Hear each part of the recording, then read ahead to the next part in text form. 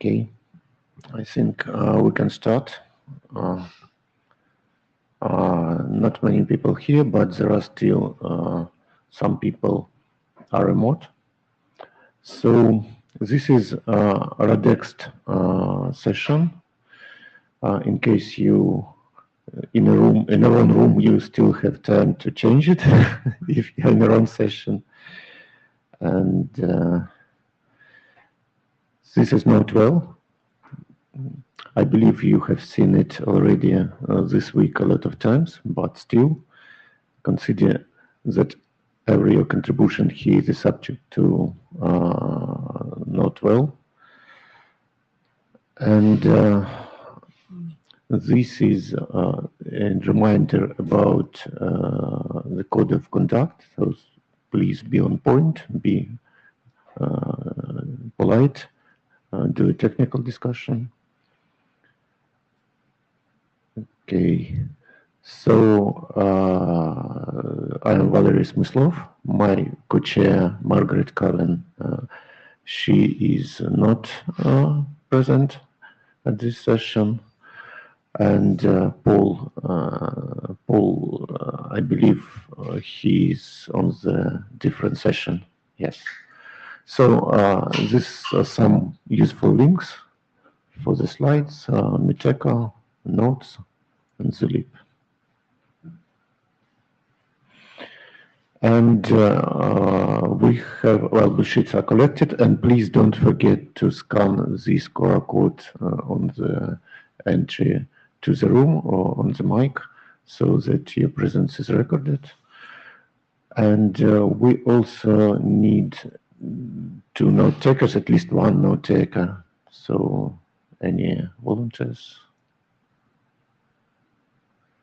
Okay. I can take notes for whenever I'm not speaking. Okay. So probably thank you. We should have a second note taker. Okay, thank you. Okay. And I will monitor the chat.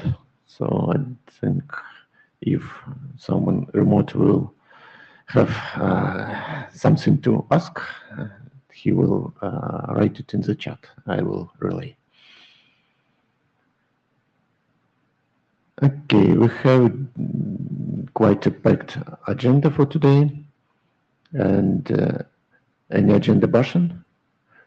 Well, actually, I have some suggestion to change agenda because we have a new draft for the congestion control, congestion load issues with radios. It was a last-minute addition, and so only 5 minutes was assigned from the time that we had.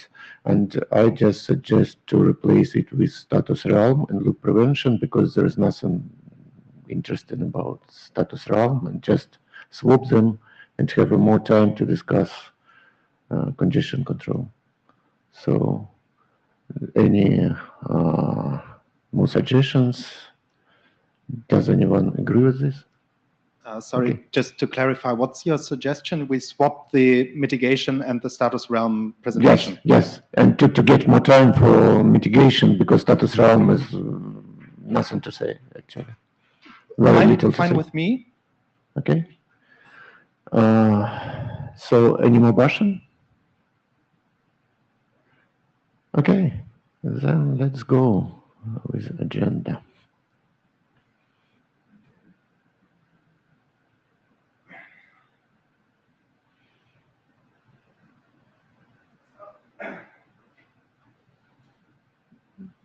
I suppose that's me. It's you. Yeah. That's you. Just a moment. Yeah, you need to give slide control to the clicker. Yeah, slides clicker. Okay. A short update on radius DTLS-Bs. I think we finally see the finish line, which is a very good thing. So what happened since our last meeting at the IETF? We had 2 new draft versions, one shortly before the interim, one shortly before this IETF. We had 1 interim meeting, and finally there is a draft version without any to-dos in the document text. almost all of the open discussions, at least the open discussions up till the submission deadline, were addressed in the document, I hope. If people still have open discussion items, please feel free to raise them. I will not hate you. It's okay. We will get this fixed. I don't want to have a document where there's still open discussions. So if we need a little bit longer for this document because there are still open issues, please raise them. So the result of the interim meeting was that we should use protocol error to signal unwanted packets. That is especially in regards to using the same port for accounting and authentication authorization packets.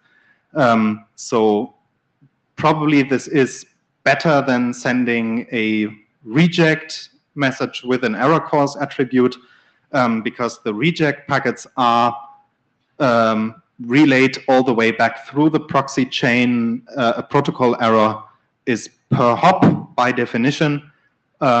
So a previous radius proxy that just forwarded the packet can then see if the proxy can forward it to a different endpoint.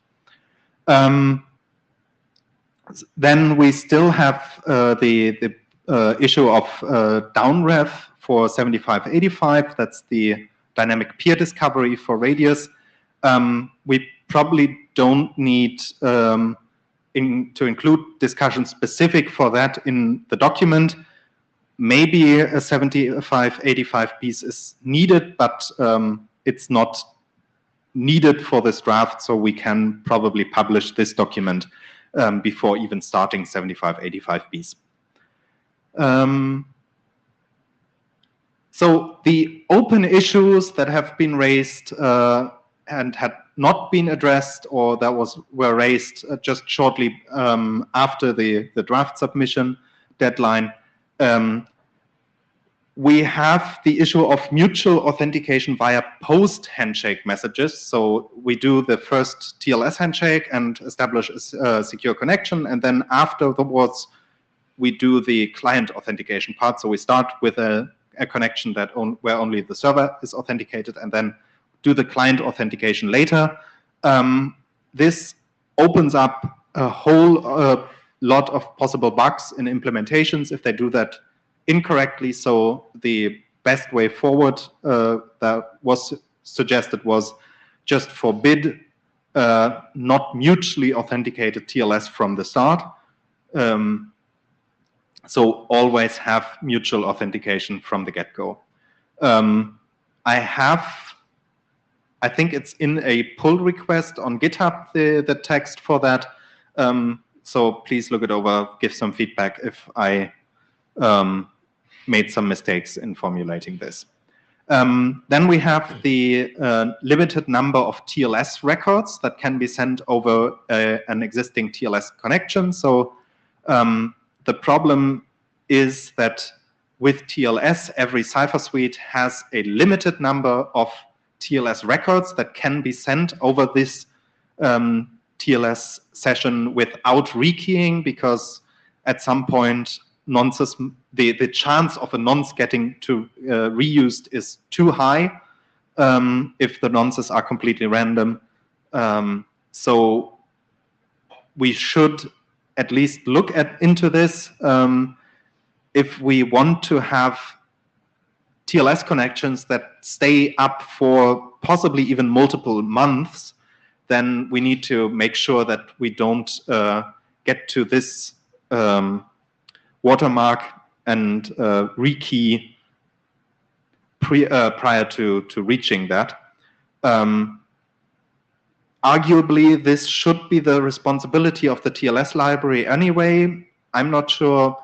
The least we can do is put a paragraph in the security considerations that if you have long-standing TLS connections, then you should be aware that there is that the security is degrading at some point if you send a lot of traffic over this.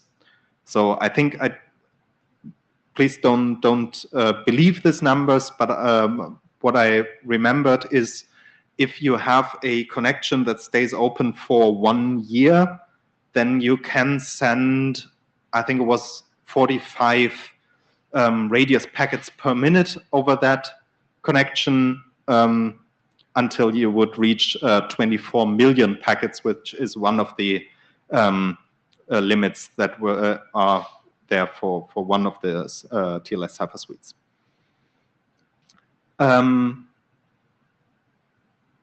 Yeah, and once we have that, and with the changes that we agree on in this session, maybe we can start a working group last call and discover what happens then, and then start a second work. Oh, okay. You know, the normal things happen when you start a working group last call. People read the document and find issues. Yes, I think that's a good idea. And actually, the document is behind the deadline for a very long time. So yes, we'll start working group last call. I will confirm with Margaret, and I think we will start it shortly once IETF meeting ends, and perhaps in a week or something like that. Yeah, I mean, let's see what questions are coming right now. How many mistakes I made. So I think I will update the document once again in the weeks after this in the week after this meeting, and then we can probably start a last call. Okay. We have people in the queue. Please speak up. Yeah. Hi. This is Stefan Fries from Siemens. I've got a remark to that long-lasting TLS connection. So I just wanted to make you aware of a draft that is currently a working group item in the TLS working group. It's regarding extended key update. The intention of the draft is to handle long-lasting connections because you have the key and the nonce update, as you mentioned, but you also have the long-term key that is used for renegotiation or for rekeying. And that long-term key material once in a while needs to be updated as well. And the extended key update, I will put the link to that draft in the chat. That might also be worth referencing in your document. Okay. I fear I didn't get all of that because of the audio setup here, but I think I got the gist, and thank you very much for stepping up and pointing that out. Okay. Definitely helps. Thank you. Thank you. Q-Michael, Max Planck Institute for Informatics. I will have to write notes on my own question, but whatever. So just on the rekeying thing, is that going in the security considerations as a BCP14 must or should, or? You ask questions. I'm not sure. I mean, it's security considerations. So, I mean, a should is you have to really think about it, and you have to understand all the implications if you ignore it. So, yes, I think that's sufficient. If operators look at their connections and know, okay, we change configuration at least once a month, and then we restart the server and all connections get torn down, then, well, there's your consideration. Yeah, I guess, yeah, so should. Probably it should, yeah.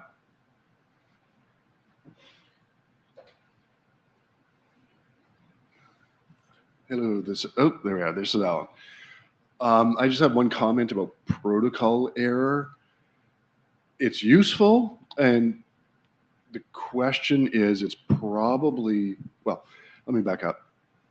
The discussion last week in Finland, which I'll get to later, was that a lot of the operators agreed that perhaps protocol error had use outside of RADSEC, because they are running into issues where even for plain UDP, there's no response, and this causes issue. So I don't want to suggest we pull protocol error out of this document and put it in another one, because we would add more delays. But at least we should be aware that there is likely to be another document saying for all of Radius use protocol error. And so I think the TLS one is a good initial test of that. So what are you suggesting? Remove the text from this document? No. Okay. No, I think it's okay to leave it in, especially because this one is going to be standards track. If we add another one generally for other transports, specifically UDP, my guess is that would have to be experimental, and then we go from there.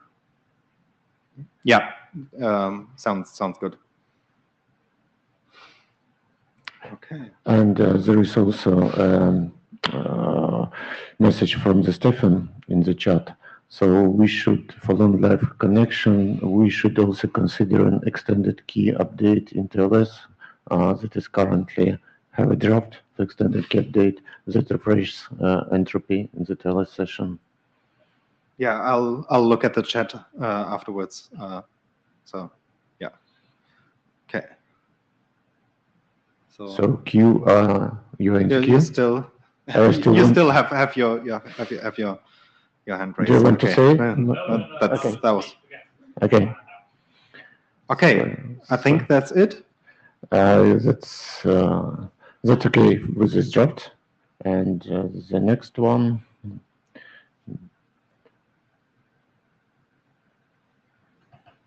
So that's now the mitigations? Yes, because we swapped. Okay, yeah. So I'll try to rush through the slides, and I practice it in my hotel room, and well, I hope I can be quicker than in my hotel room.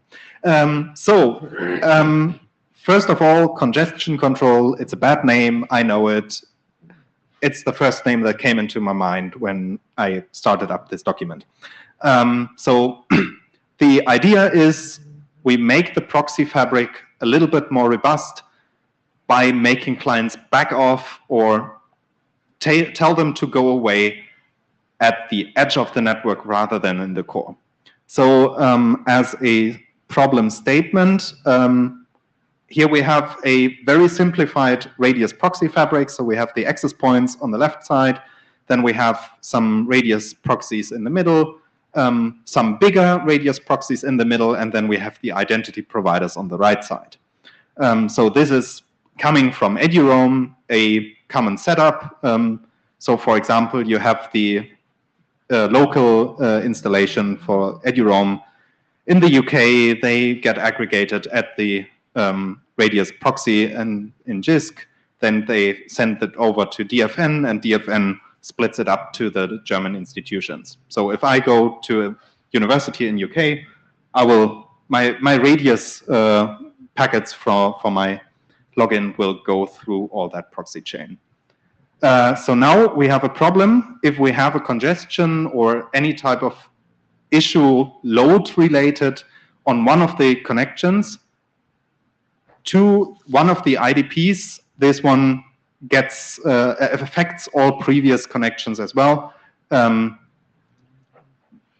Another or one instance of this problem is, for example, if you have a misbehaving client that is generating a lot of traffic, for example, if it immediately retries after it gets a reject, then this affects the whole proxy chain and everyone who is adjacent to it.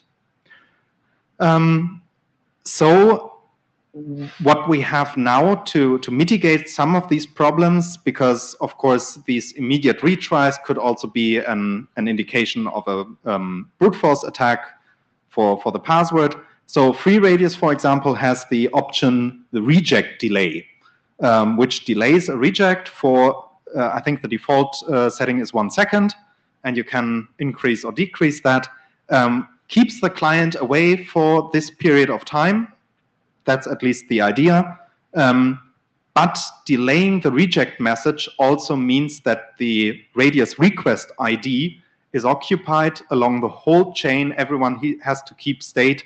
And impatient radius clients might think after half a second, well, I didn't get an answer.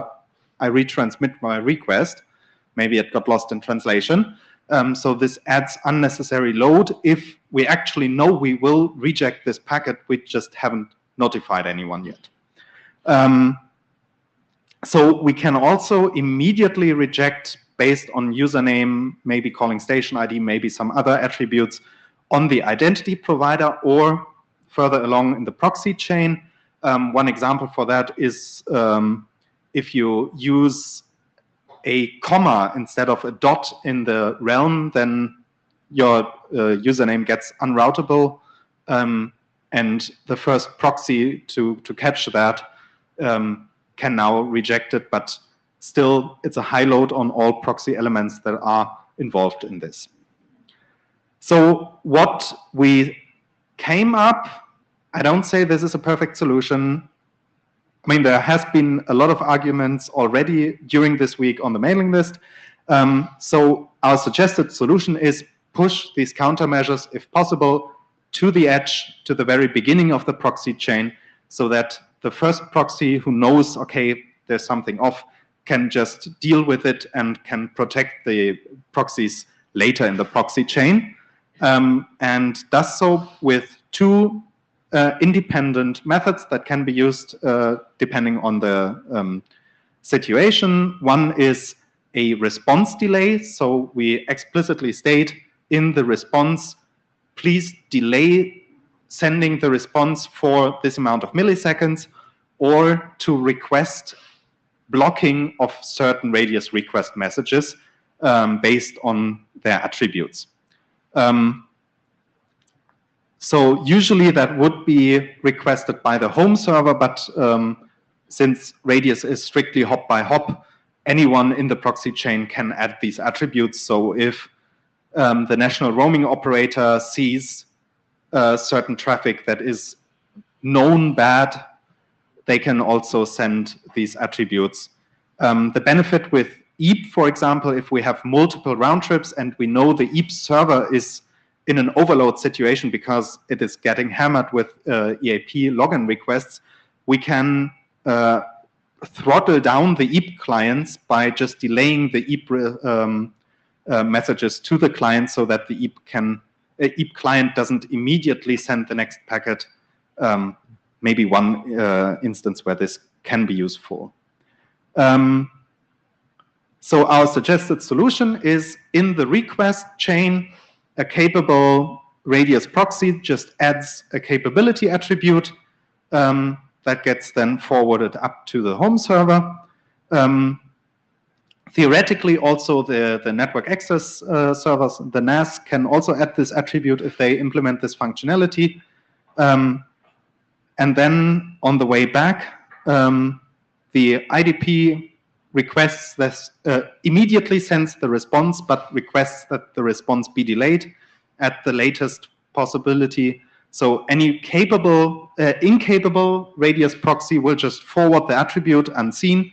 Any capable radius proxy can look if the request had the capability and then forward the request without delay, response without delay. And if the radius proxy did not see the capability in the request, it knows it is the last radius proxy in the proxy chain capable of delaying the response, so it delays the response, which means that it is delayed at the latest possible step in the proxy chain. So this is another example. In this case, the proxy on the bottom doesn't implement this capability, so then the bigger radius proxy in the chain before would delay the packet.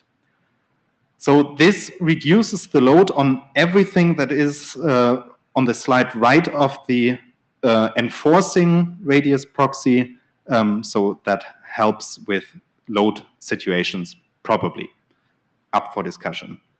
The request block functionality, that's probably a little bit more controversial. Again, the same capability negotiation. So you send, or the radius proxy adds the capability attribute in the requests. The IDP then responds with, please block this user based on these attributes. And the last proxy in the proxy chain capable of this functionality sees this request, forwards the reject, and saves in its database the parameters for which to look for, and for subsequent authentications or authentication requests, the proxy can look in the database and can immediately send a reject if it matches the parameters previously saved.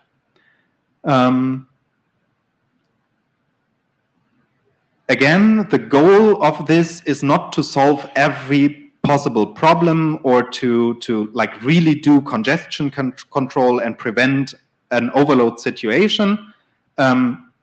It's a mitigation that only works on the response path. So if the request doesn't get through and the home server never sees the request, well, that's a problem that we have right now. That's not solvable because we can't signal back to the Radius clients, hey, I'm in an overload situation, please don't send me any packets. This is a whole other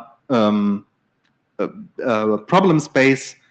Maybe that's what we should look at, and we should just remove this from consideration and instead look at a signaling mechanism within Radius or out of band, I don't know.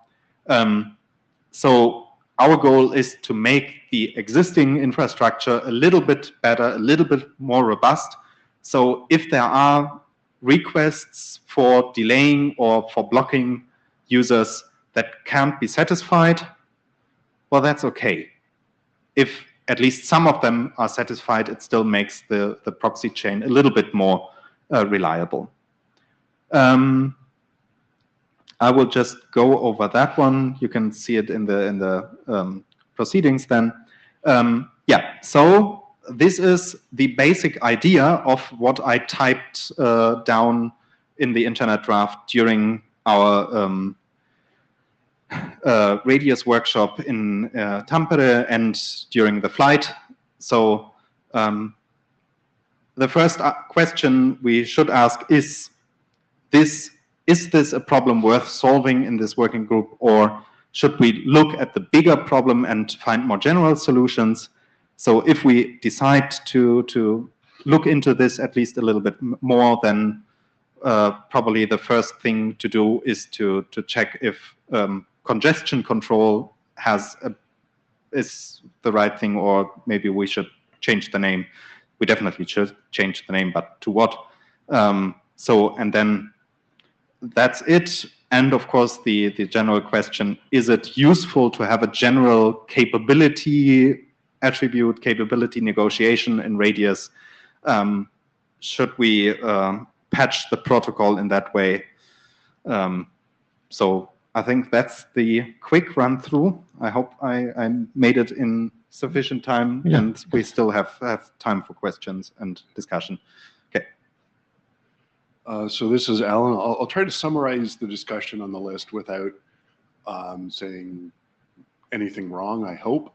On one hand, you know, for Alex's point, if you can't forward some number of packets per second, that may be an issue with your implementation.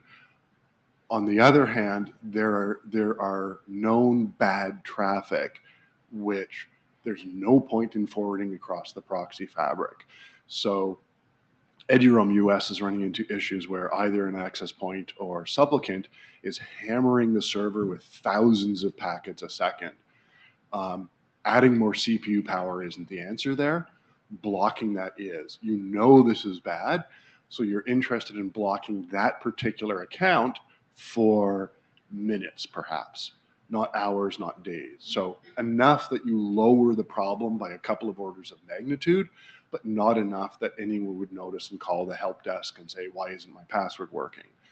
The other one for the blocking is, students who have their, people who were students 5 years ago. Their profiles have been copied from phone to phone to phone. Every time they walk by campus, they authenticate. And again, in the eduroam fabric, depending on who you talk to, 30 to 40% of the traffic is this traffic. So pushing that to the edge and blocking them for a day is not an issue. You're pretty sure they're, after 5 years, They're not going to walk in and become a student within a day. And even if they do, taking a day to activate their account is not much of an issue.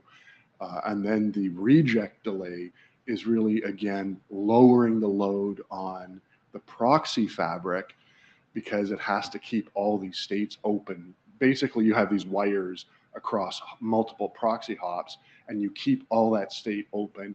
You, as Sianford said, you have all these IDs, you have more connections, right? Just there's more to do. So pushing any of the work to the edge in the internet tradition is probably helpful.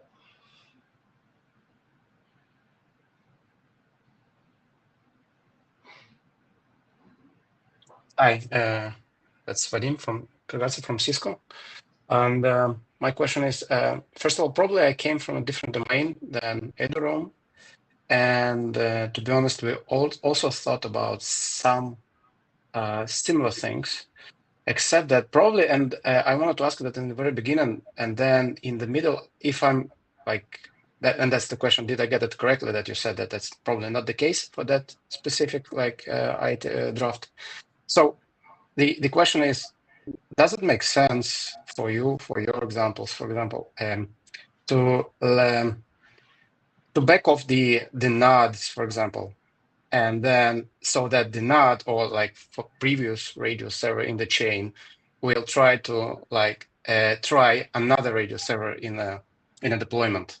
That's our use cases. So we basically have several radio servers that all of them can handle the request, and the idea is that if that particular radio server is busy for whatever reasons, there are plenty of those, then we can just ask the node, like, can you try another one?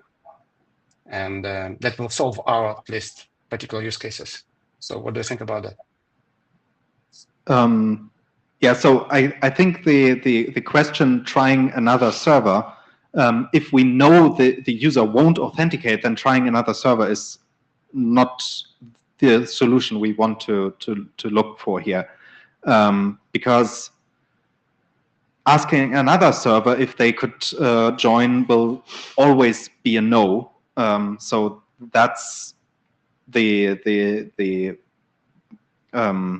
so that for at least for the use case, I want to make people that I know won't authenticate go away more quickly.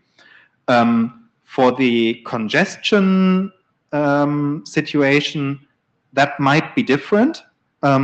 Because then another server might have a lower load, but that really depends on the local radius setup. So as I said, the mitigation that we are suggesting or that I'm suggesting in this draft is based on, or works best on multi-radius round-trip authentication. So for example, for EAP, where you have, at least for EAP TLS-based EAP methods, you usually have 5 to 15 round trips of radius traffic. So, and this radius traffic always has to go to the same server, and otherwise the EAP authentication would break. So in that case, asking the client to back off or to slow down, not back off completely, but to slow down sending requests when my server is getting overloaded, that might solve some problems where moving to a different server won't solve any problem, because the moment I chose my server the first time, I have to stick with it, and signaling, hey, I'm overloaded, please choose another, that's not in scope for this document, at least. We can decide to make it in scope and have this document blown up with a lot of functionality. But my idea for this document was to have a very simple solution that can be implemented quickly and that is completely backward compatible. I hope that answers your question. Yeah, this is Alan. Just to say some of that in a different way. Yeah, this is not overload. I would argue this is preventing abuse. Overload would be something different. Maybe there you would want something like a protocol error packet going thank you, I received your request, I'm too busy, try somewhere else, right? That would be a lot better. And in terms of telling the NAS, you can't. Almost all of the solutions we're proposing are for proxies in the Radius server. Perhaps one day the NASs will upgrade, but there are major vendors who drop packets on the floor if they contain message authenticator. And that has only been defined for 24 years. So getting those NASs to upgrade is a lost hope. Yeah. I mean, no one's. Sorry. Yeah. Go ahead. No, I just fair enough. I got my answer. Thanks. Okay. Yeah. So I mean, the functionality and the way that is written down in the document right now. I mean, the document is still pretty raw, but I think most of the people who read this document got the gist. So the way it is specified right now, no one is stopping the NAS from sending the proxy capability attribute if they implement the proxy, the capability, and implementing the countermeasures themselves. And they could even add more information on the higher protocol or on the lower protocol layers. So, for example, if they know this is a Wi-Fi client, they can signal the access point over the wireless management control plane to just, if that client tries to connect to the access point again, to just deny it on that layer. But yeah, it's intended mostly for proxies. Yeah, and actually, another idea came into my mind. So do I understand correctly that is that for access rejects only?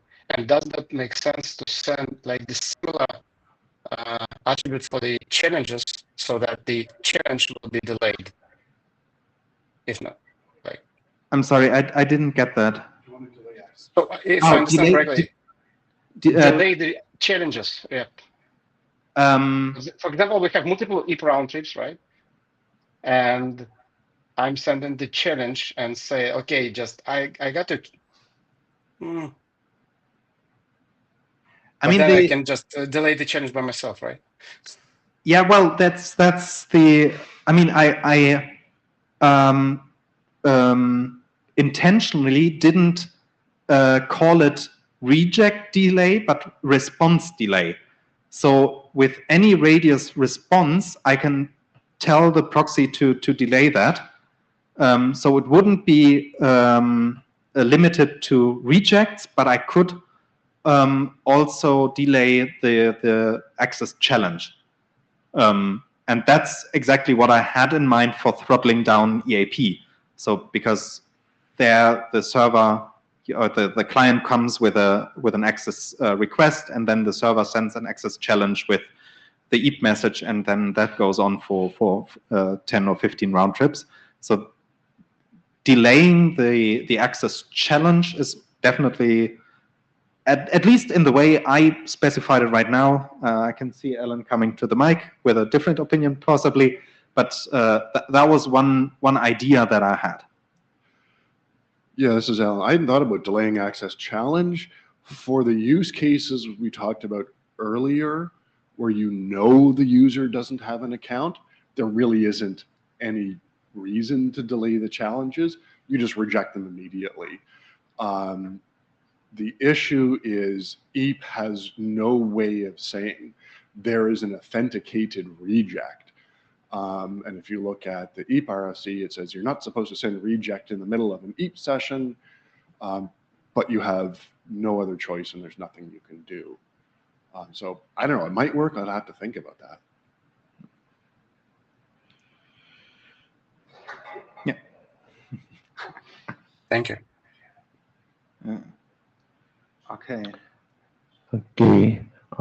So I think that this document not in our charter yet, but I think it's out of interest for the working group. So okay, let's discuss what to do with the future of RADEXT at the end of the meeting. Yep. Okay, thank you. Thank you.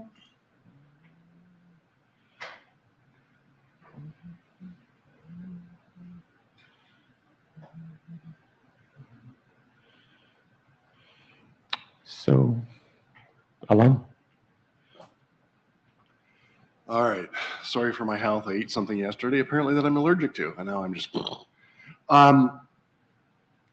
Status updates on the documents. The TLS PSK document is moving forward.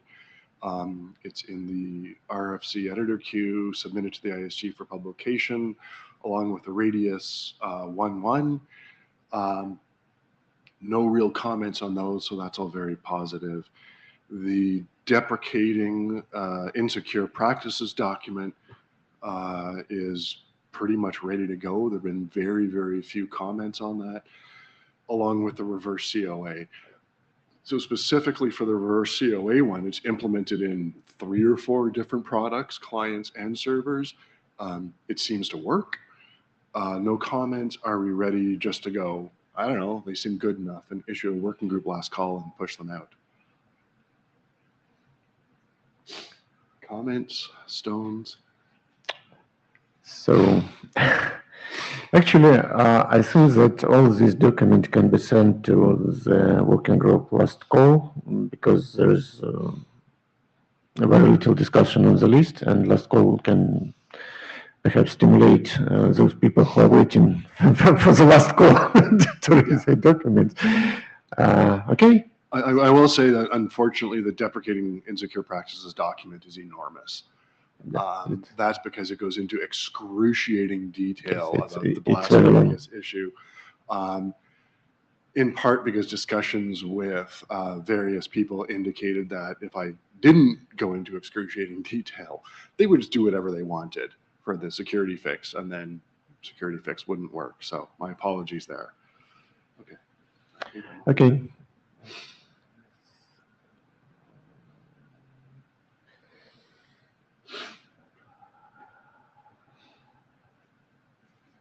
Okay, so next is, okay, Mark. I will pass slide control to you if you want. Yeah. Okay, you have a slide control. You can hear me okay in the room?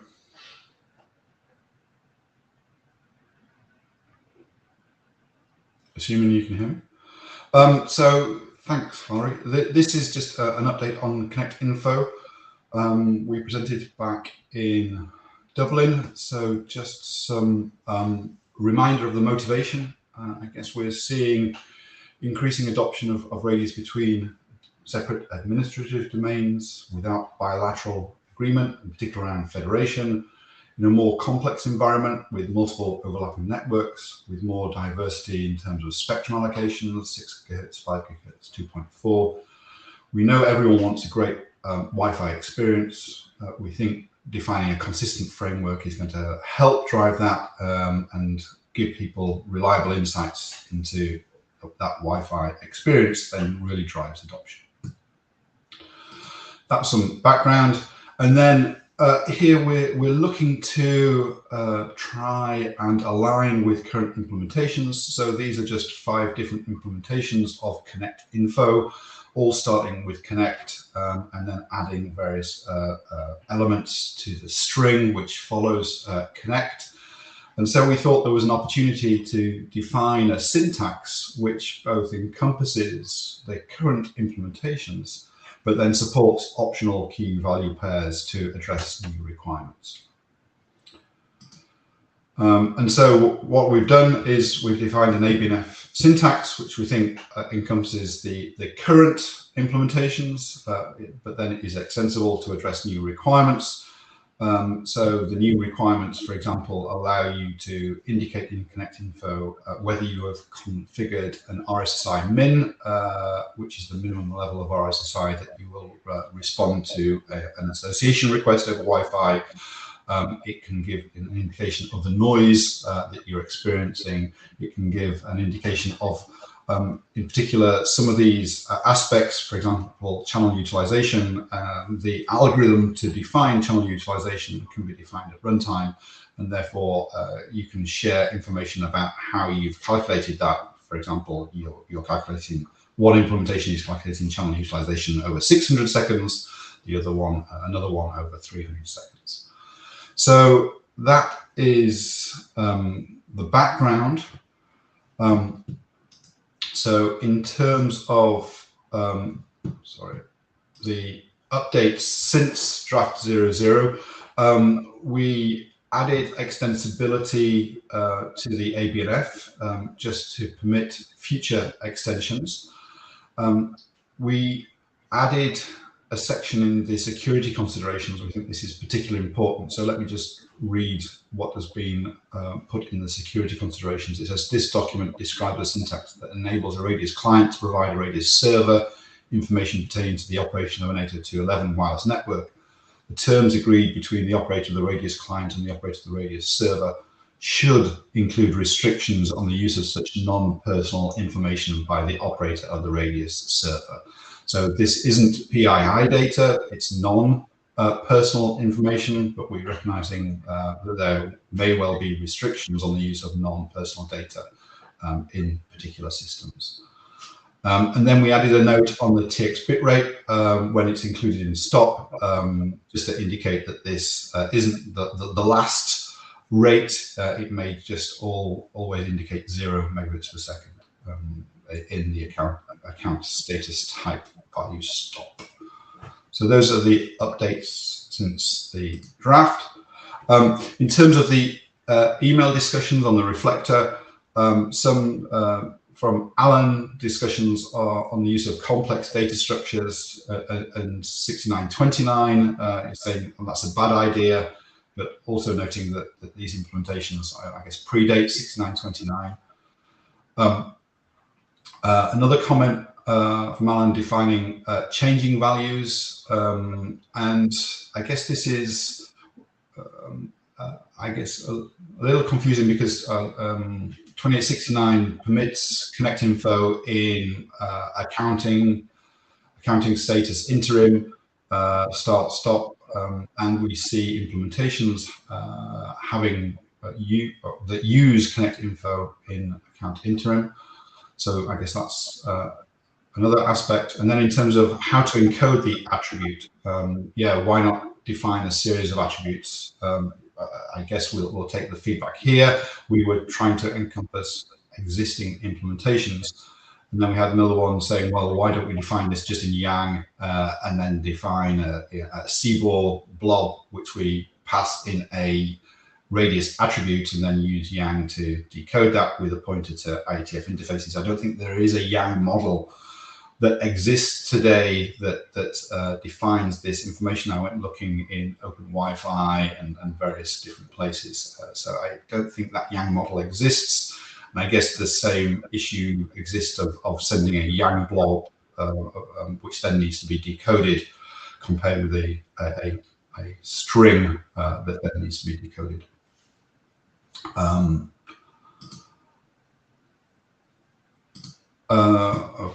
Apologies. So, and then demonstrations since draft 00. So Helium, so an operator of Wi-Fi, I think globally, but primarily perhaps in the US, has implemented the Connect Info draft using Open Wi-Fi, Open WRT, and in December 2024 deployed across their fleet of 17,000 Helium Wi-Fi operated access points.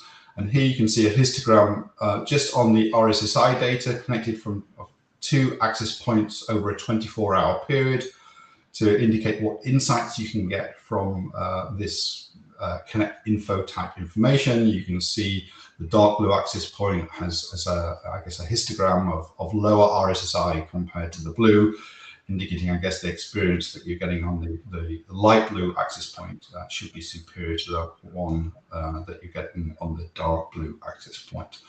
And Helium have made their data set available for people to analyze and then use use in various different, I guess, implementations. prototypes in terms of how you analyze millions of data points and then use that to infer the experience that users are getting on their system. So that was the update. So notwithstanding the comments over the RADEXT email list, I guess in terms of encoding about whether we go for a single attribute or a new set of attributes, would like feedback on whether RADEXT can adopt such a draft. And obviously from a timeline perspective, we absolutely can accommodate current RADEXT priorities. All right. Thank you.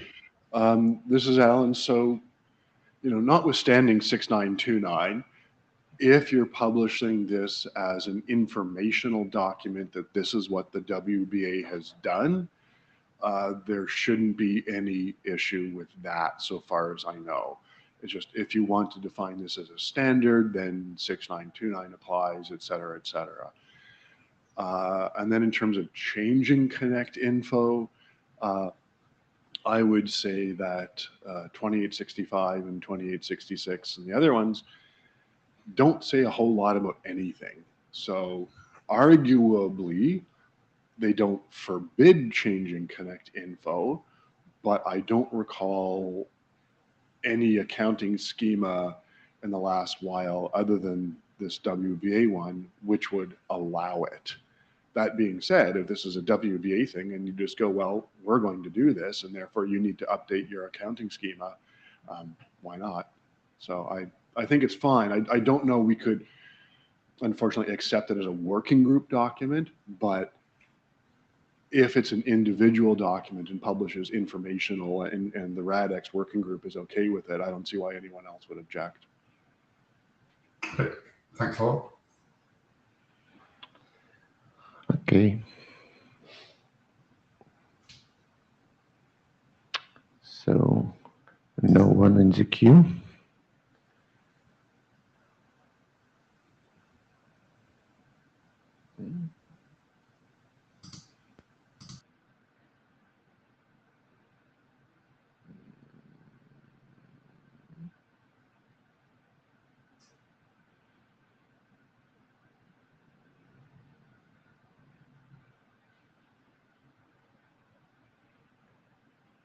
So the next one.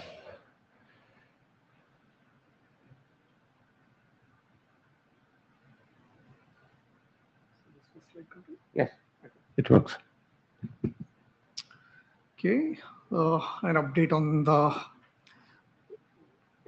There's a new document, radius attributes for NSEP services.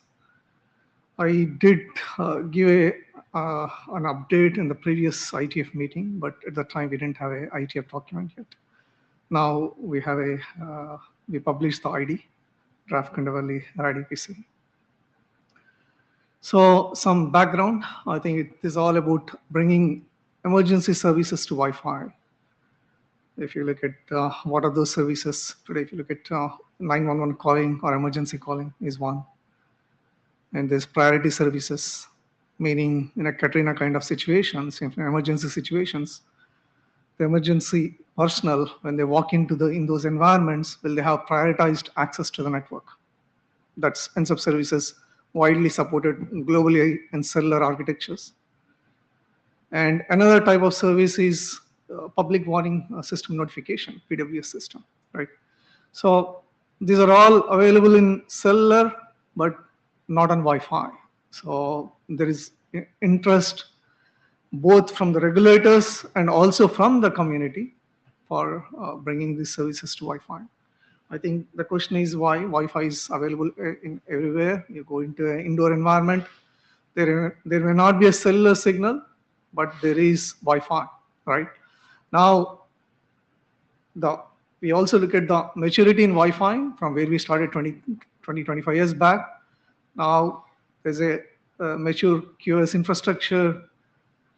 There's with open roaming, there's a mature roaming architecture, with federated architectures with connecting IDPs and ANPs. There's a good structure and a legal framework.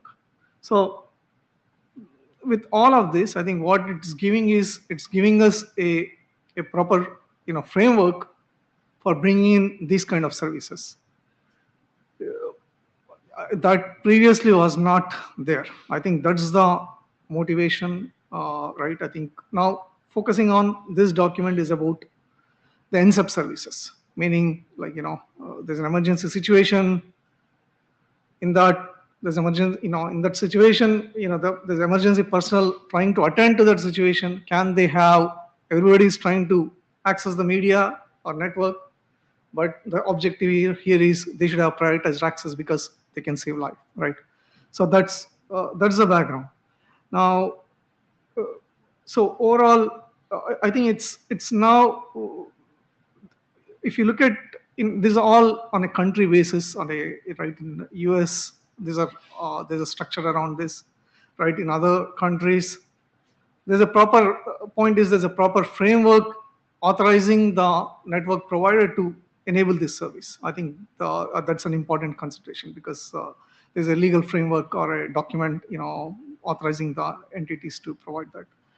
Now, if you look at NSEP, United States is one, it's not unique to United States. There are other services. In US, there's GETS, WPS, NGN Priority. These are all services that have been deployed and operational, but in cellular systems, right? So what is not there is in Wi-Fi.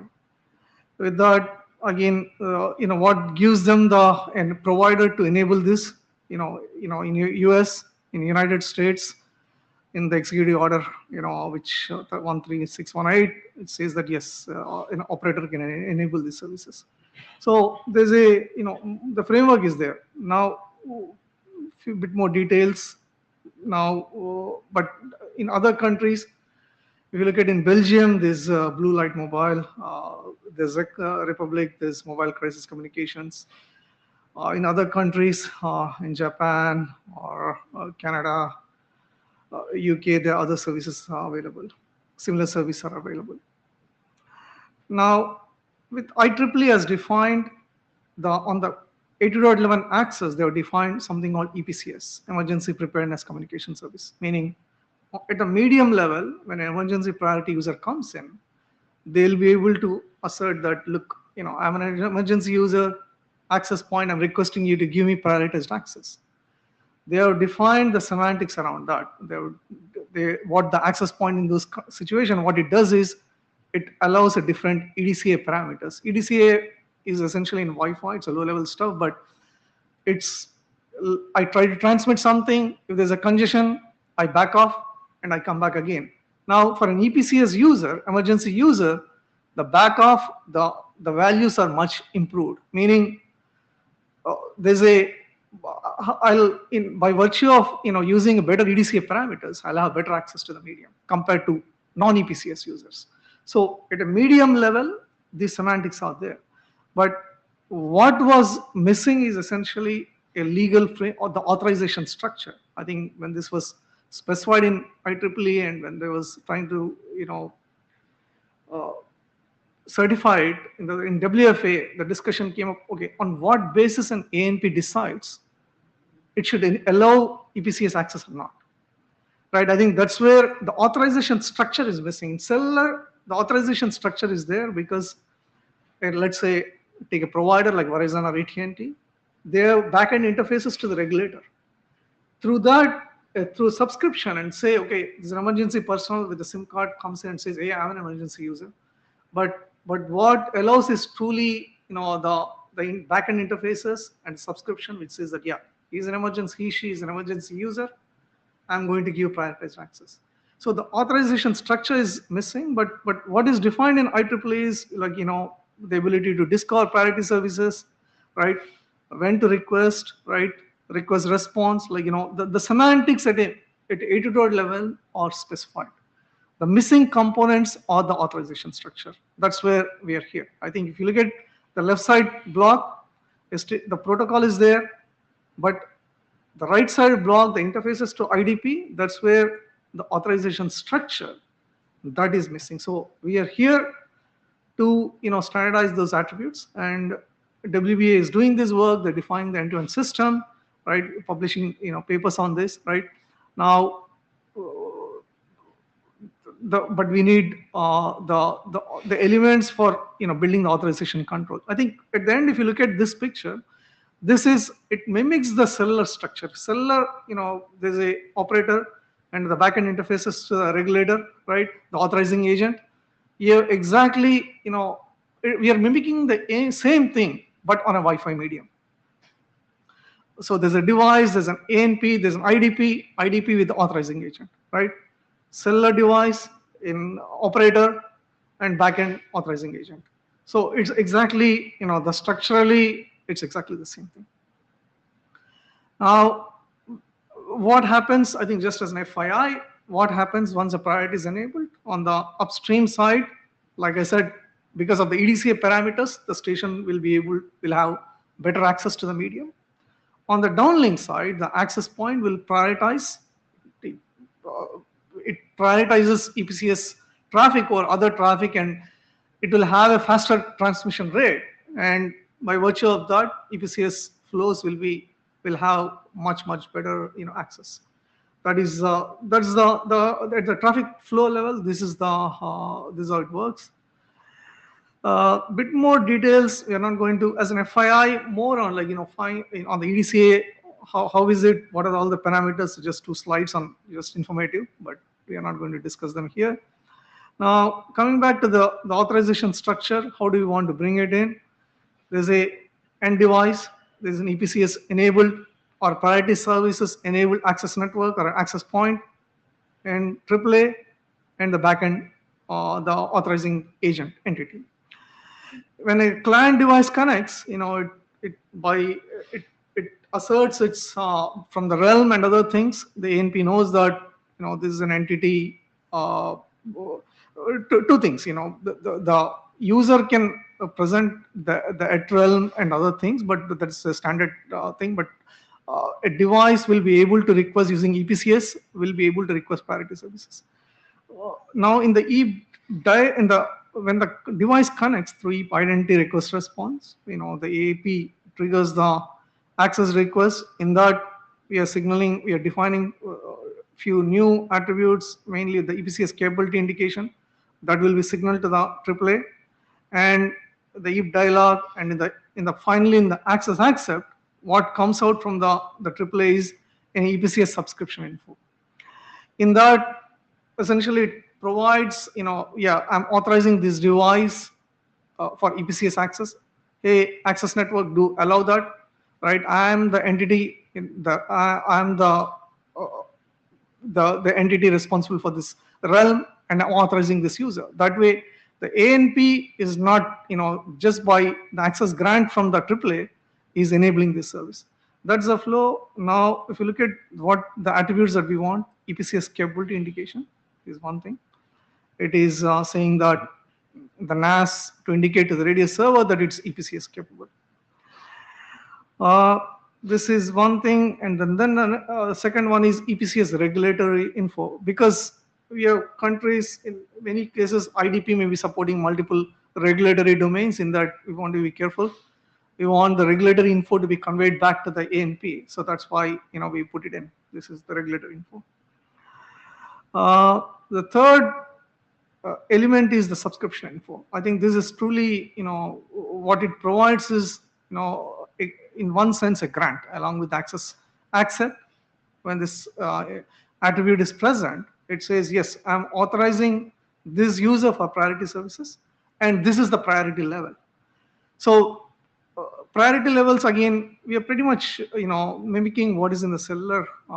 There are different 5 levels of priority levels in the United States.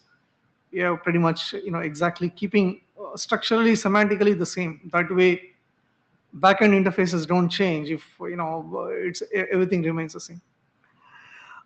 These are the 3 attributes, very simple. And WBA is doing this work.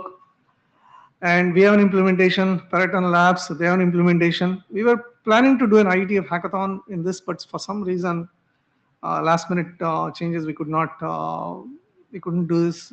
We couldn't get it into 122, but IETF 123 will do the intro. There are few other players who are interested in this, like Verizon, AT&T, and others. So, and The other thing is essentially WBA is making progress. Very soon you're going to see a license statement for requesting the RADEXT group to take up this work and deliver this on a fast track. That is where we are. So what are we asking? It's a straightforward draft, non-controversial, right? We are requesting the RADEXT group chairs and AD to take up this work. Alan? Yes, this is Alan. Perhaps one day there'll be a draft where I don't have an opinion. Just looking at IANA, there is a private enterprise number for IEEE 802.11. It's 13277. You could just start using that tomorrow. And you define whatever the heck you want, and it's your own private enterprise space. You do whatever you want. Arguably, you'd probably want an RFC to describe it. But again, I mean, not to push stuff out of RADEXT, but it's informational. Whenever you think it's done, the RADEXT can just look at it and go, seems to be fine. And then it gets published, and that could be done as quickly as you want. Okay. And then the only other minor nits I would have is double check data types against 8044. Okay. Because there's some text in there about you no longer have to have ASCII art and don't do 16-bit integers, whatever. That's all minor. Sure. But yeah, if you think the document's ready, switch it to the private enterprise space. Okay. And then arguably nobody can say anything because it's your private enterprise space. Right. This is what we do. Right. There you go. So use the, but we want one document, Alan. So sure, we can change the namespace, right? Private enterprise space, but can we take up the work here? I think that should be okay, right? From your point of view, from your view. So it depends what you want RADEXT to do. I mean, this is a change to arguably a particular vendor, the way they use Radius. The place to do that would be in the vendor space, right? So the RADEXT group wouldn't have to do anything. You just publish, again, an informational document and go, this is our private enterprise space. We define these attributes. This is how they behave. We're just telling you what these attributes do. Yeah. We're not asking for your permission. And RADEXT and IETF goes, I don't know. I mean, there's already, was it 4 or 5 something or other? There's already something similar for the ADSL forum attributes. And again, the group just reviewed it and went, well, I guess that's what you defined. We'll copy edit it for English, but past that, publish it as soon as you want. Right. Okay. Thanks, Alan. Yeah. Kumazil, Max Planck Informatics. I mean, I agree with what Alan said. This probably can work quite well as an informational draft. I know about Radius. I don't know about emergency services and regulatory things. These sound like boring politician problems. So, I mean, it looks reasonable. Okay. I'm happy to, you've not done anything obviously wrong here. Right. If you just want to publish this informational, it looks reasonable. Okay. One minor nitpick, and again, this is me talking from I don't quite understand how this works, but you were quite explicit in the wording on the regulatory regime that is a country code. I think it would be more useful to just say that, and that is 2 characters, which isn't always the case. ISO 3166 allows more than 2 characters. You can have subdivisions. Right. So, maybe make that variable length. Sure. But also I may be wrong. I'll look into that. Thank you so much. Value.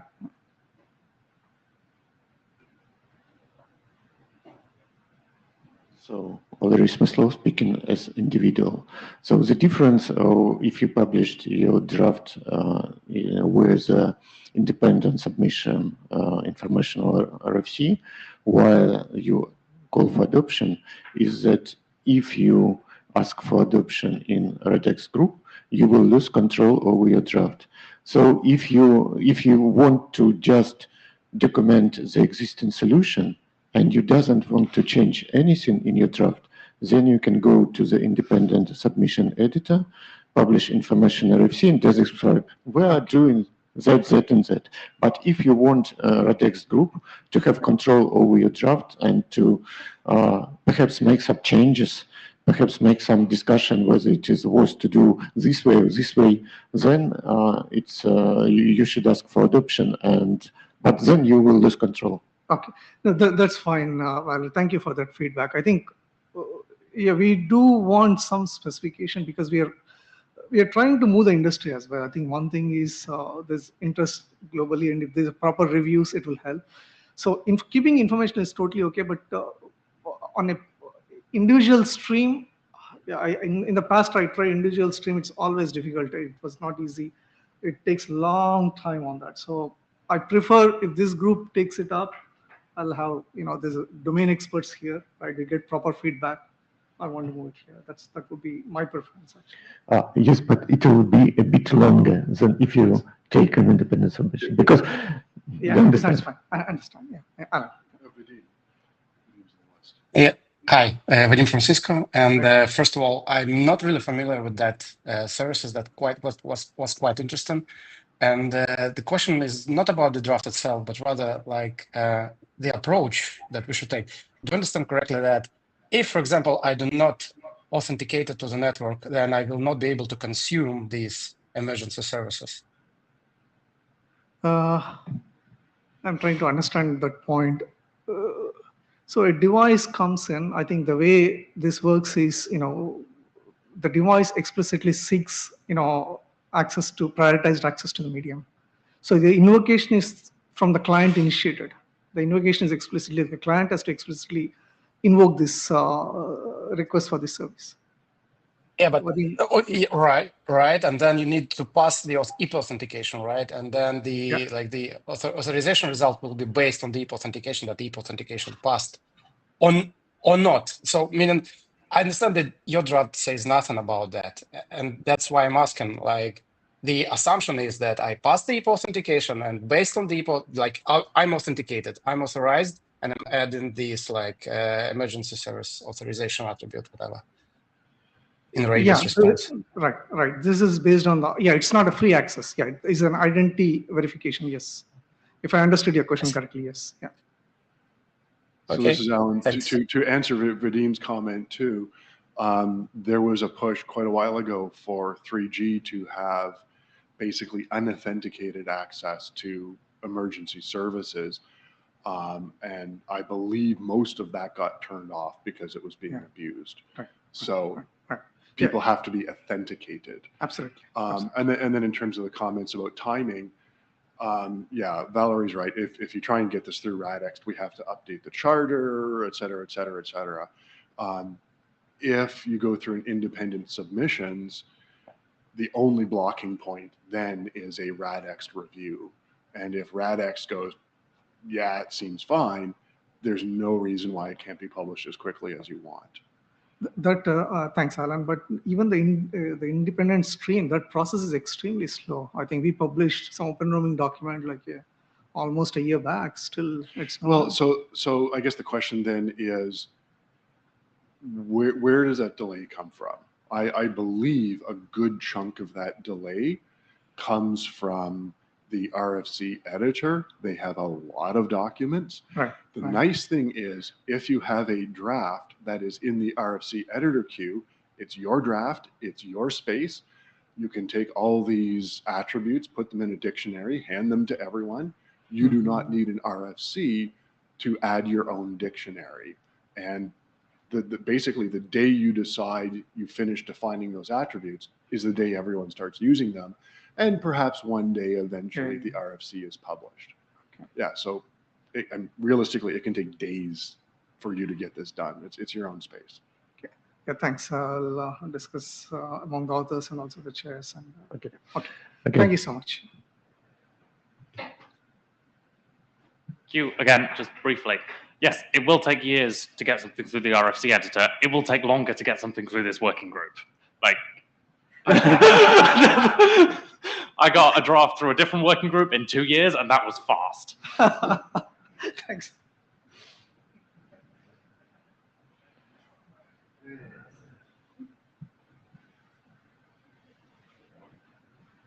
There we are. I'm the last one, I believe. So you might take clicker.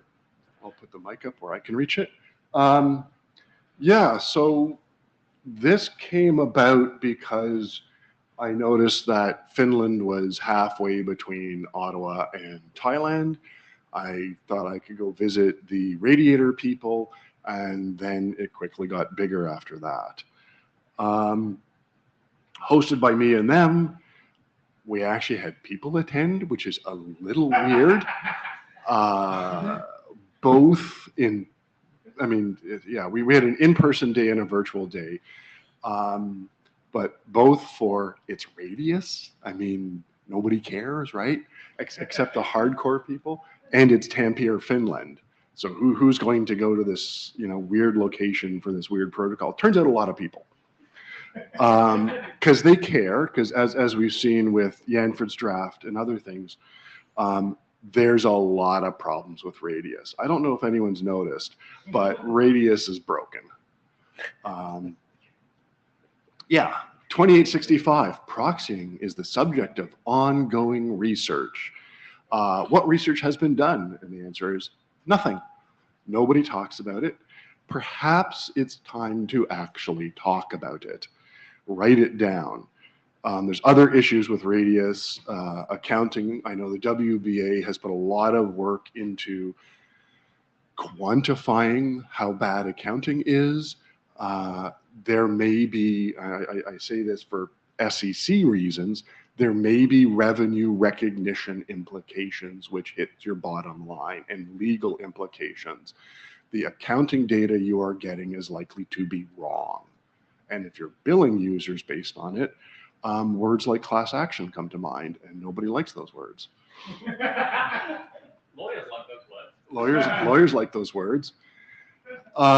So the implementers and the operators agreed that in a multi-hop proxy chain, load balancing and calling station ID is probably a good idea.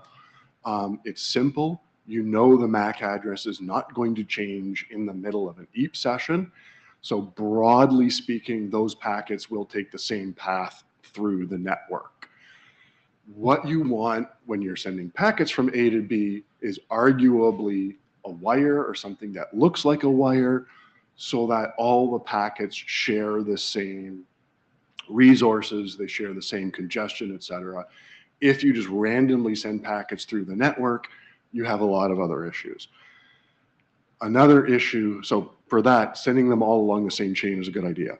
Another one is people are seeing a lot of timeouts, problems, et cetera, Is your server up? I don't know. It didn't reply because someone 4 hops down didn't reply. This seems wrong. It would be good to have positive signal. You know what? I really like your packet. I received it, but I can't do anything with it. So send it somewhere else. So this is, the general agreement was that protocol error probably would increase the stability of proxy chains. The other one was an implementation recommendation.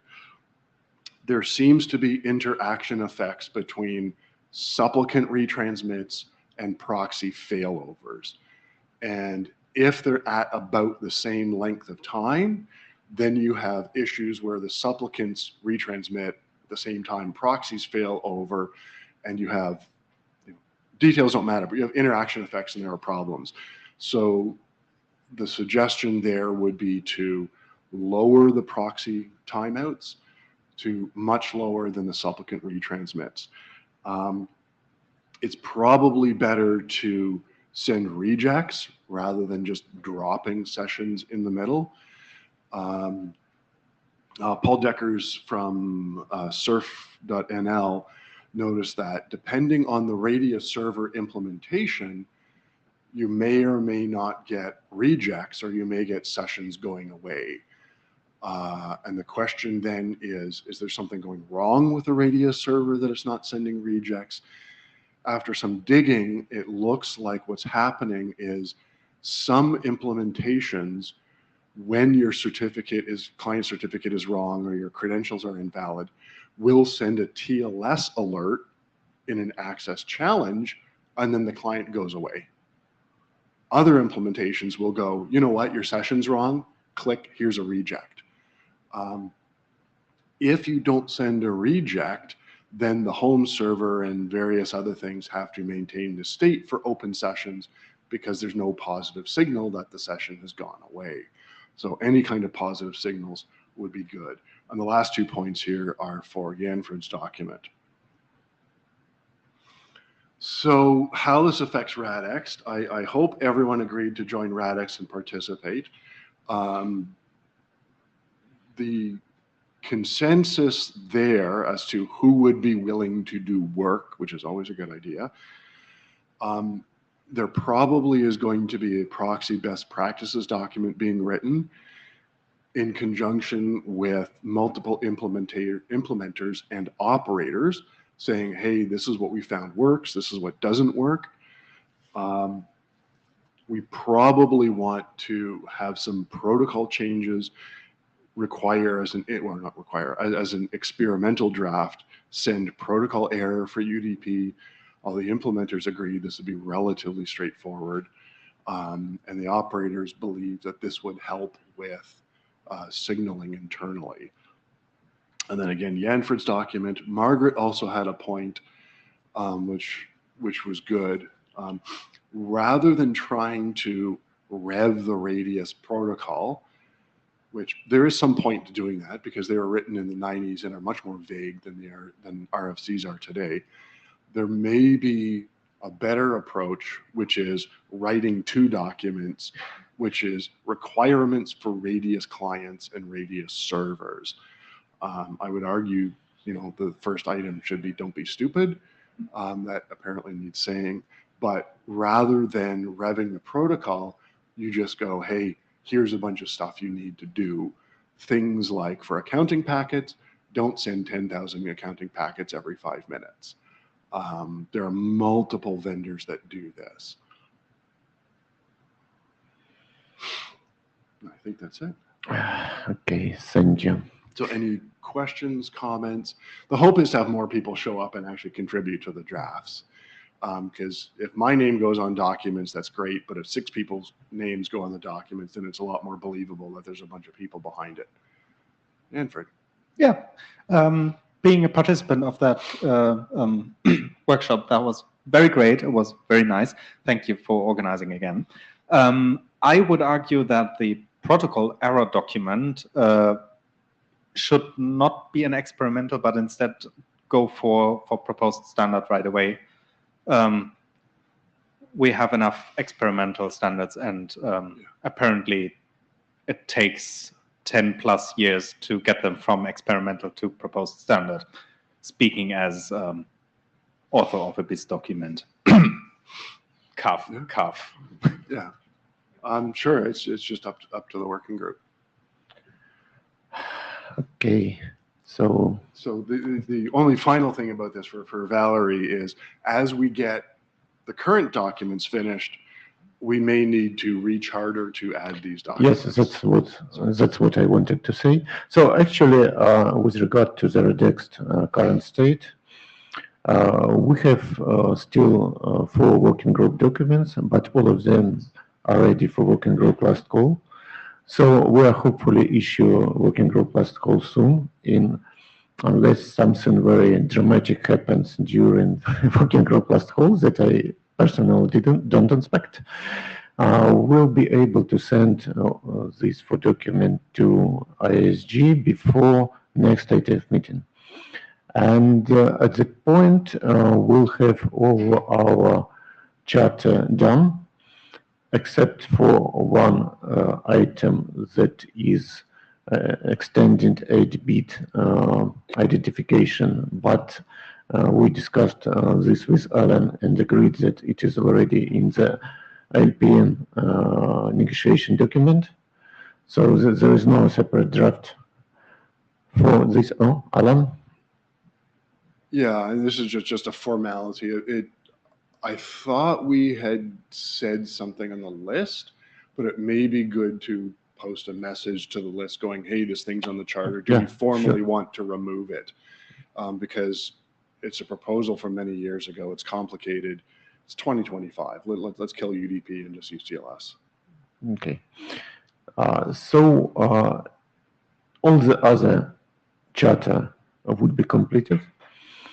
And at this point, we will have to make a decision whether the group should be rechartered or closed.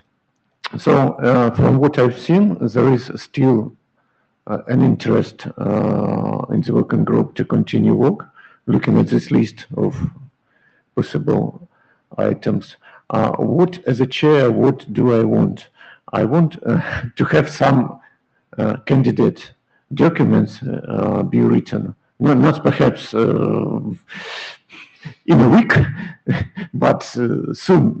Without candidate documents, it's very difficult to make some decisions whether we have to recharter or not. Because we can recharter, but if no one wants to write documents that one wants, what shall we do then? We have to have authors. And, through.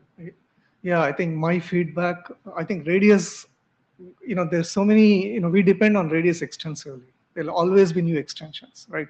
It's very difficult to, every time, we have new requirement going to IETF and saying that BOF, pre-BOF, BOF, create a group, it's a nightmare, right? I think some of these, more important groups, they always have to be functional. In my opinion, they have to be in existence. I think that would be my feedback. Yeah. So you think that RADEXT should become a maintenance working group? Absolutely. Okay, it should be discussed with a director, of course, but I see, I get your point. Thank you so much. So anyway, it will be discussed with area responsible area director.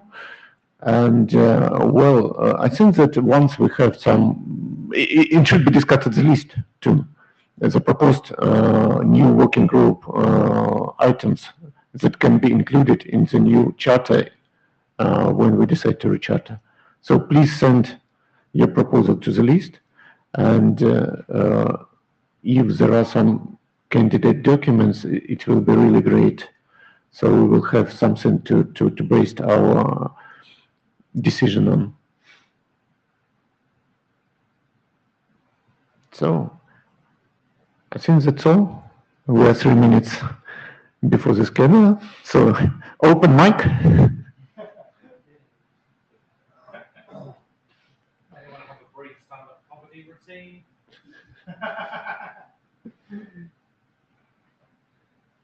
Thank you.